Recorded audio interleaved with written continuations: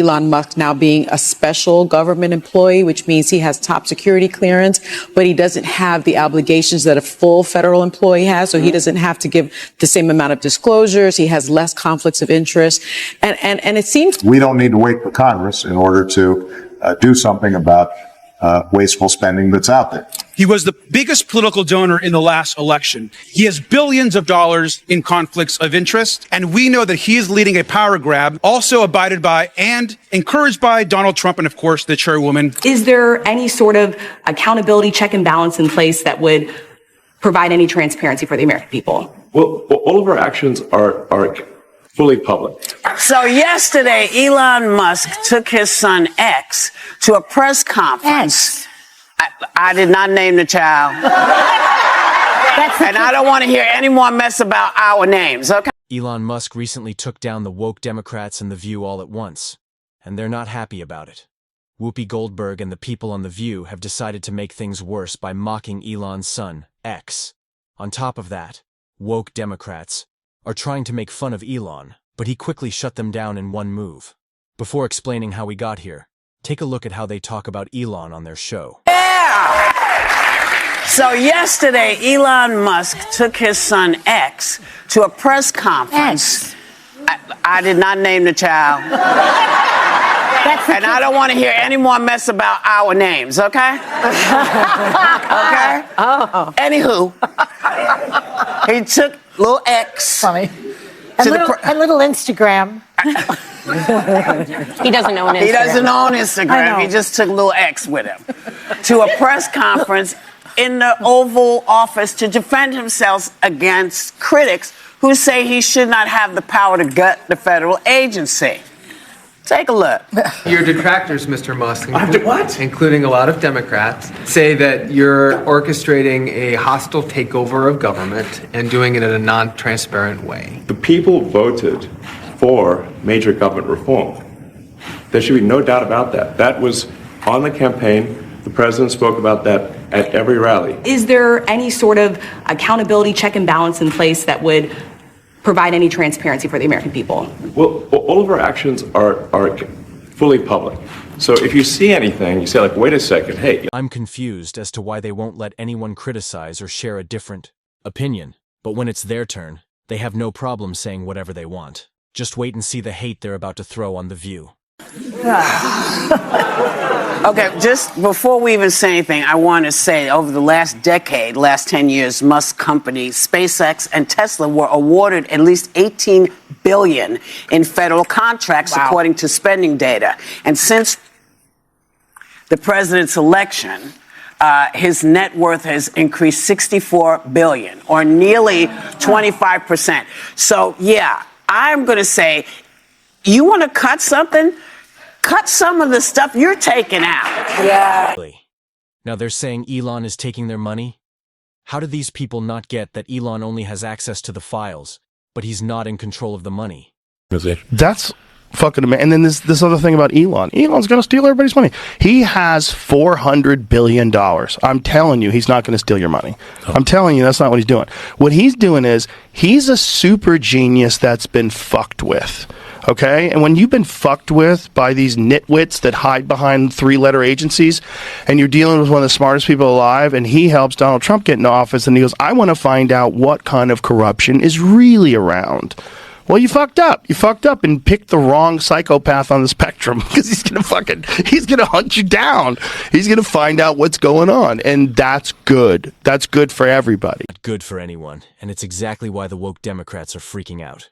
They're funneling more money to left-wing media to try to cover up their mistakes. Get that there's fat everywhere, and yes, we'd all like to see less of it. But what you're doing is a lot more than just cutting fat. You're giving people information that they should not have because they're not the people whose information it is. Yeah. So, and nobody elected you.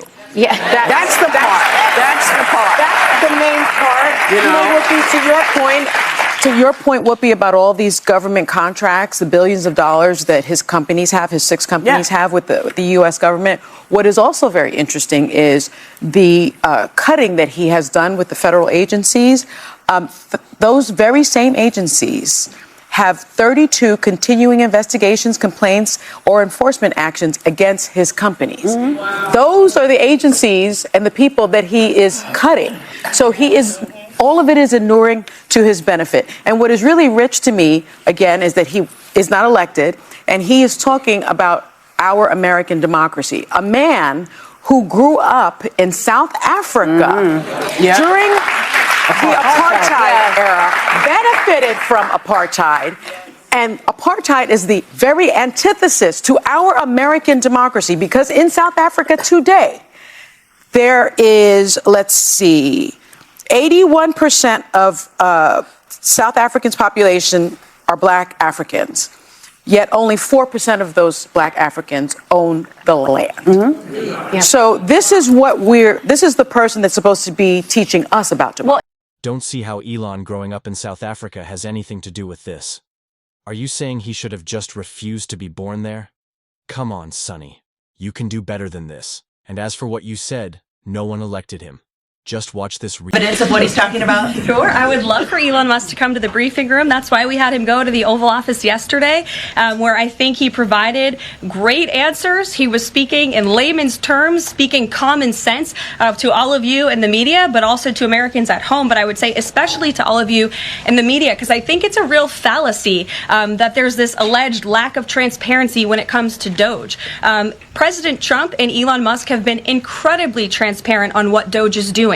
There is an X account with the Doge handle. They are tweeting out what they are doing on a daily basis. They have a website where they are posting the receipts of the contracts that they are reviewing and the payments that they have stopped from going out the door. The secretaries of our departments have stopped from going out the door. The reason Sunny doesn't know much is probably because she only watches leftist media, which shares her biases. Elon's response to her nonsense on Twitter was clear. The regime media won't stop us. Activist judges won't stop us, and far-left billionaires won't stop us. The people are going to get what they voted for. The people voted for major government reform.